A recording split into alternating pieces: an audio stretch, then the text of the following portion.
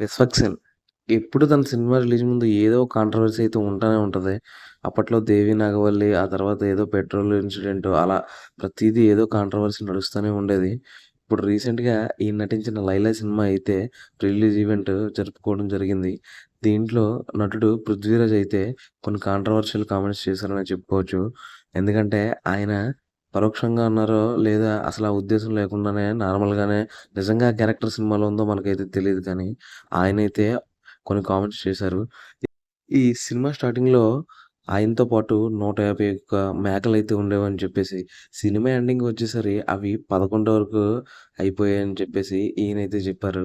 ఆ 11 ఏదైతే యూజ్ చేశారో నంబరు ఇప్పుడు అదైతే కాంట్రోవర్సీకి దారితీస్తుంది. ఎందుకంటే ఆంధ్రప్రదేశ్‌లో వైఎస్ఆర్ కాంగ్రెస్ పార్టీ గెలిచిన సీట్లు 11 మాత్రమే అని చెప్పేసి ఆయన హేళనగా క్రిటిసైజ్ చేస్తూ కావాలనే వాళ్ళని కించపరచడానికి ఈ విధంగా అన్నారని చెప్పేసి ఇక్కడ వైసీపీ అభిమానులైతే దుమ్మెత్తిపోస్తున్నారు.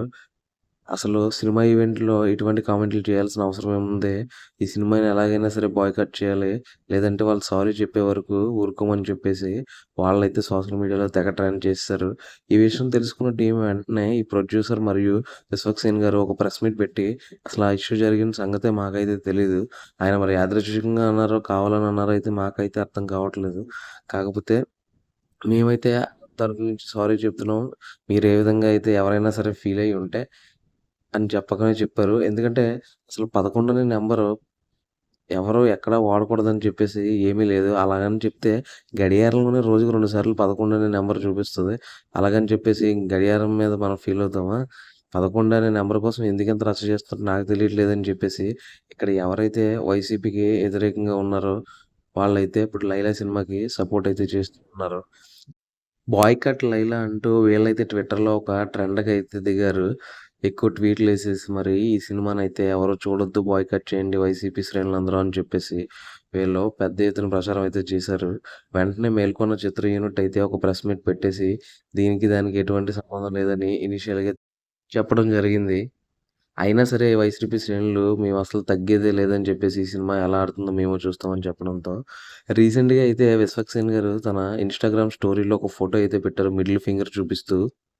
ఆ ఫోటో మరింత దుమారాన్ని రేపుతుంది. కానీ ఆయనైతే ఇది నా సినిమా సంబంధించిన పోస్టర్ అది.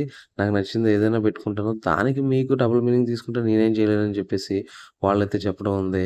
కాగా ఇప్పుడు ఈ సినిమా ఇష్యూ ఎటెళ్ళిపోతుందో ఏమో అర్థం కావట్లేదు. వైసీపీ వర్సెస్ సినీ ఇండస్ట్రీ అయిపోయేలా ఉంది ఫ్యూచర్‌లో.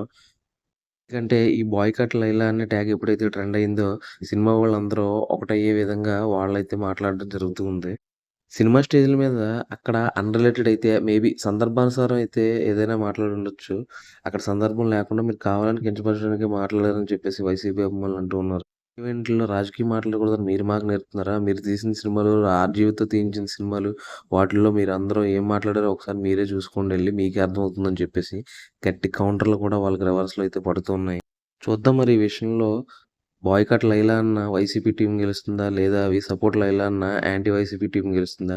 నా ఉద్దేశం ప్రకారం అయితే సినిమా కంటెంట్ బావుంటే ఎవ్వరేం చేసినా సరే ఆపలేం. పైగట్టుకొని డబ్బులిచ్చి నెగెటివ్ రివ్యూలు ప్రచారం చేస్తే తప్ప అని నా ఉద్దేశం. ఎవరైనా సరే నటులు మాట్లాడేటప్పుడు ఇవన్నీ దృష్టిలో పెట్టుకొని మాట్లాడితే ఎవరికీ ఏ ఇబ్బంది కలగకుండా ఉంటదని నాకనిపిస్తుంది.